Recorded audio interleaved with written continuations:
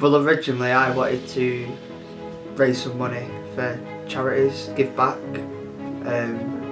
So I reached out to a couple of friends. A couple got back to me, a couple could do it, a couple couldn't.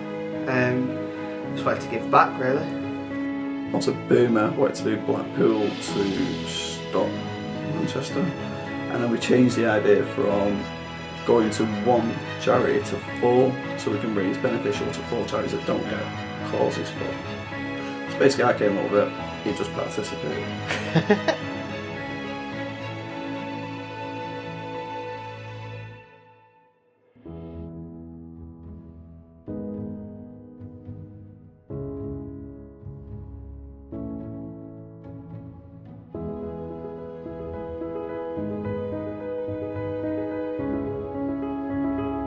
Danny's granddad sadly passed away to bowel cancer.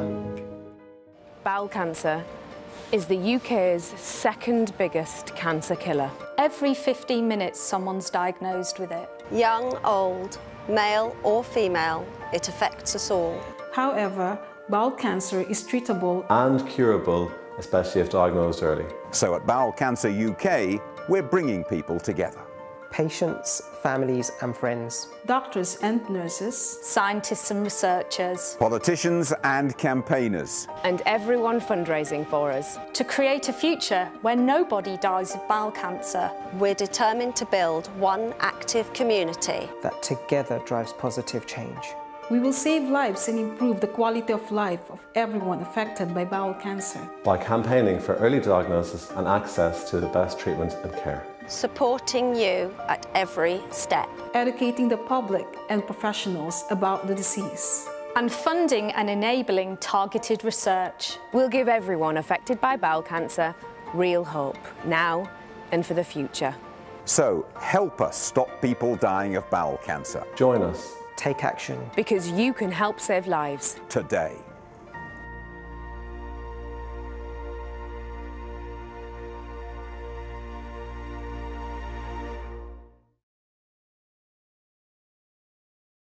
Obviously the British Heart one means so much because Callum's obviously my best mate, and his kid has got an open heart surgery to do with British Heart Foundation. One of the charities that I chose is doing research for my little boy, and he's got to have a heart surgery, so they're doing the research for him so they can operate and do it.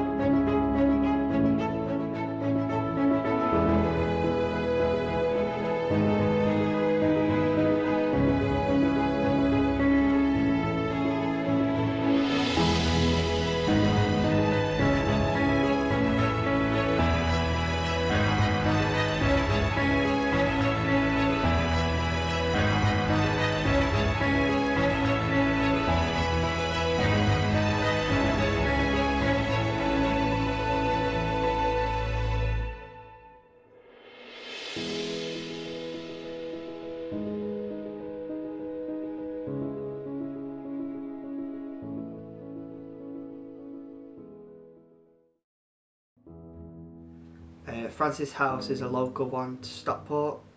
And Francis House is local, the closest one to us, so that's why we chose it.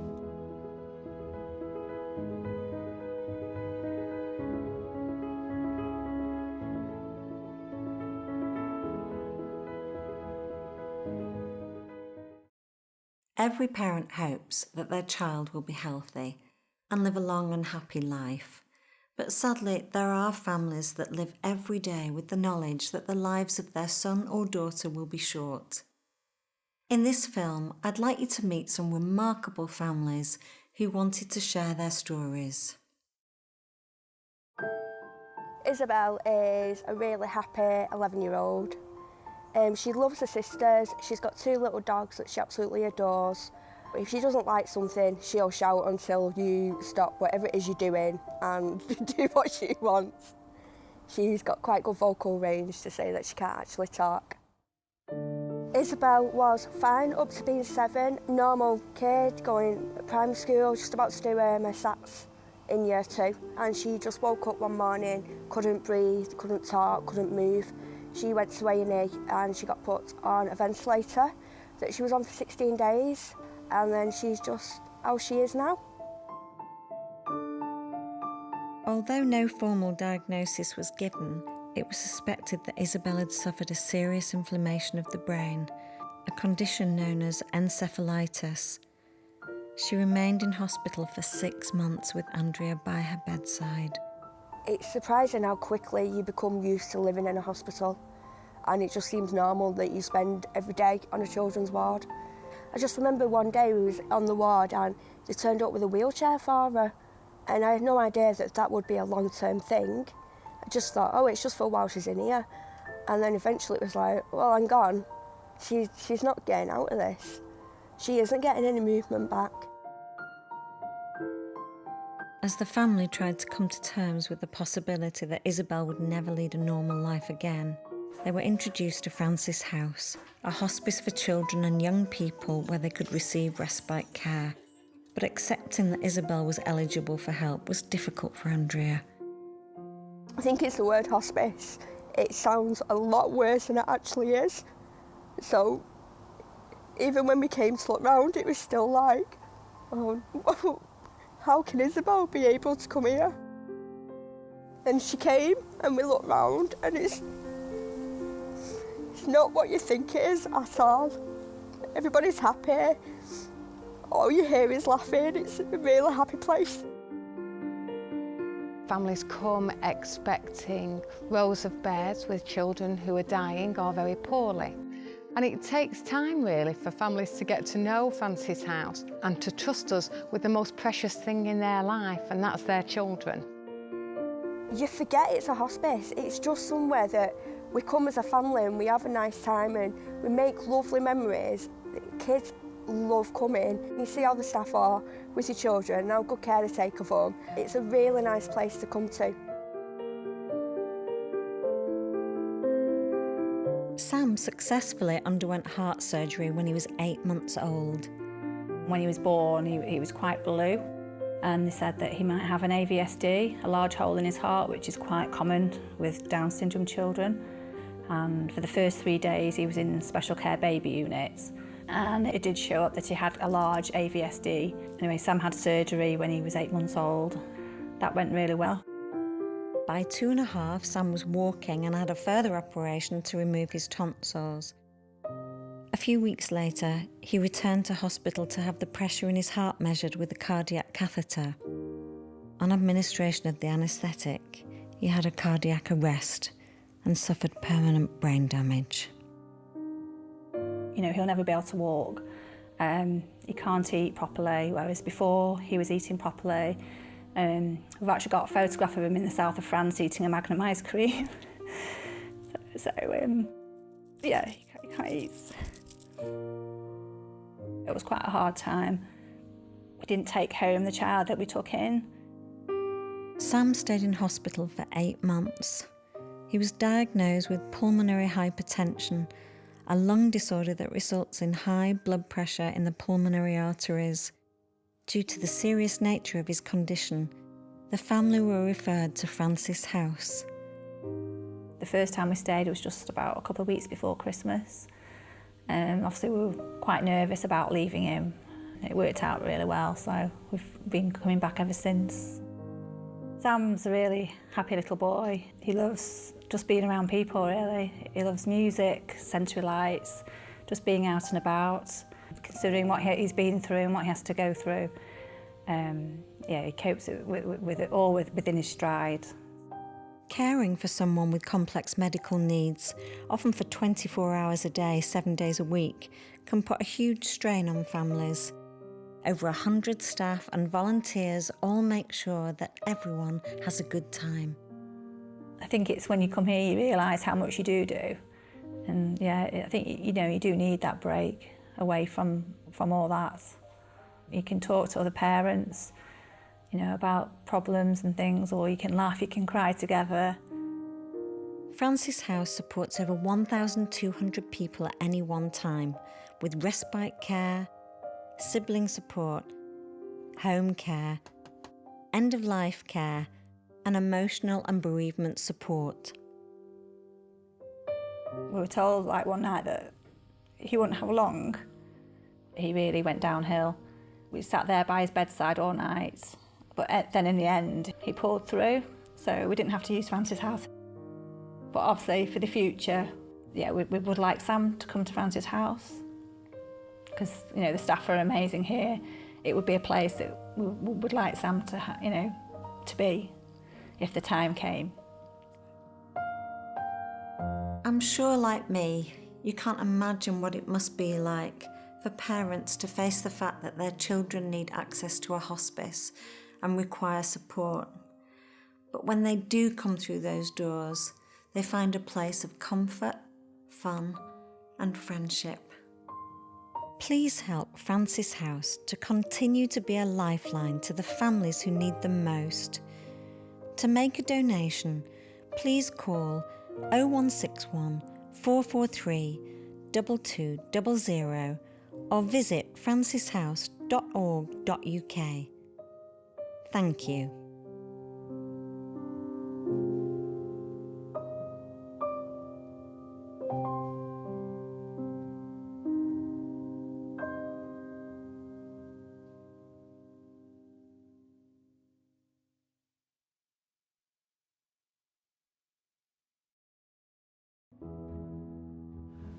Oddballs. I've got bollocks, so I want to look after mine and show people how to look after him. Oddballs is because it's a group of lads doing it.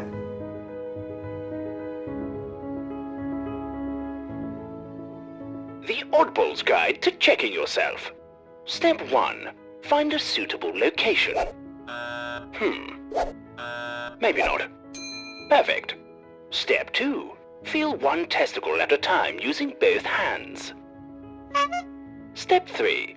Inspect by rolling each testicle between thumb and fingers. Step 4. Equate yourself with the spermatic cord and epididymis. These are the tube structures connecting to the back of each testicle. Step 5. Feel for lumps, bumps, and changes in size.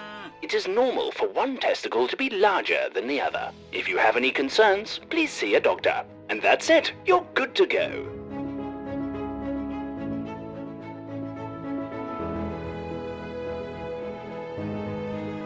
Buy a bike ride because I can't run. But I can ride because I can sit down. Well, unfortunately for the lads, I'm the fittest one. Good fucking. But on the same time they all can't run. I can run and they can swim, so we decided to go on something mutual, which was a bike. Originally I wanted to do from Manchester to Blackpool, but then Callum wanted to challenge us and go further, so we chose the Scottish border. Are you glad you chose the border? I am now, I've done it, but I wasn't at the time.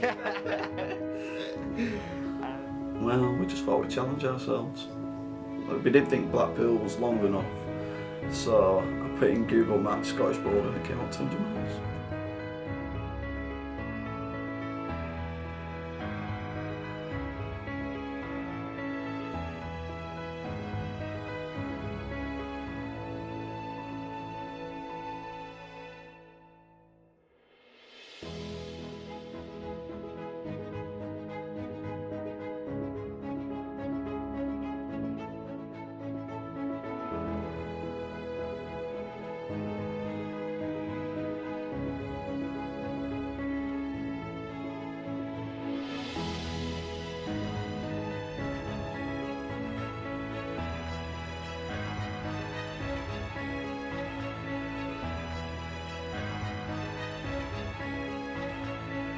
nervous. Absolutely shitting it. I'm not gonna lie. Nervous, sick. Had about 3 fucks before I started because I felt like I was gonna poo myself. But yeah, before I started, I was obviously nervous because obviously it was a big challenge and we weren't close to home, so we didn't know where we were going. So it was into the darkness really, but the facts helped. Shit, my granddad knows smoke.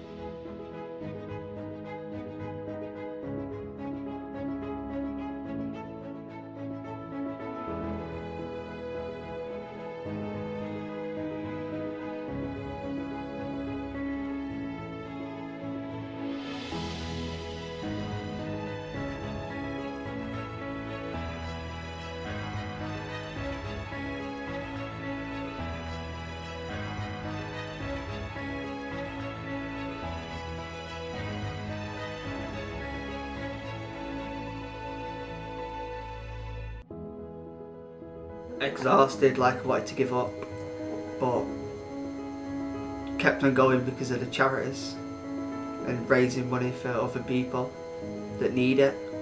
Shit. No, I felt good all the way. Obviously we felt sick and tired, but like Callum said, we had each other to push each other on, so it's just how we went on, isn't it?